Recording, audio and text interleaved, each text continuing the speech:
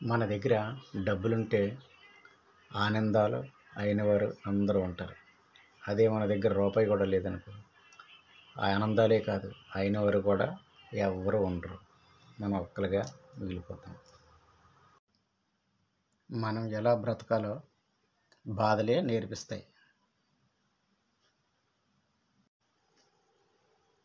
ఈ రోజుల్లో గ్యారెంటీ తోటి వస్తువులు దొరుకుతాయి కానీ మనుషులు దొరకరు, ఉండరు కూడా.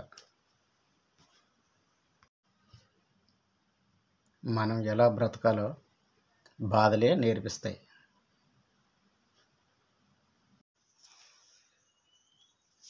రాత్రి అయితే ఆలోచనలు ఆగట్లేదు, పగలైతే ఏం మారట్లేదు.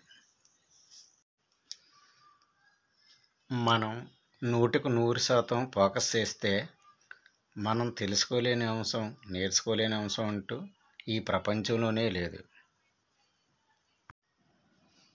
మనం ఎప్పుడు స్వార్థంగానే బ్రతకాలి. అలాగైతేనే మన బ్రతుకు అవుతుంది.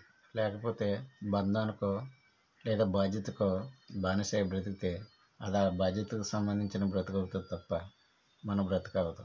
మన బ్రతుకంటే మన స్వార్థం, అదే మన బ్రతుకు. అంతేగాని స్వార్థం అంటే వాళ్ళ వీళ్ళు మోసం చేయమని కాదు. స్వార్థం అంటే మనకు నచ్చినట్టు మనం బతకడం, అదే స్వార్థం.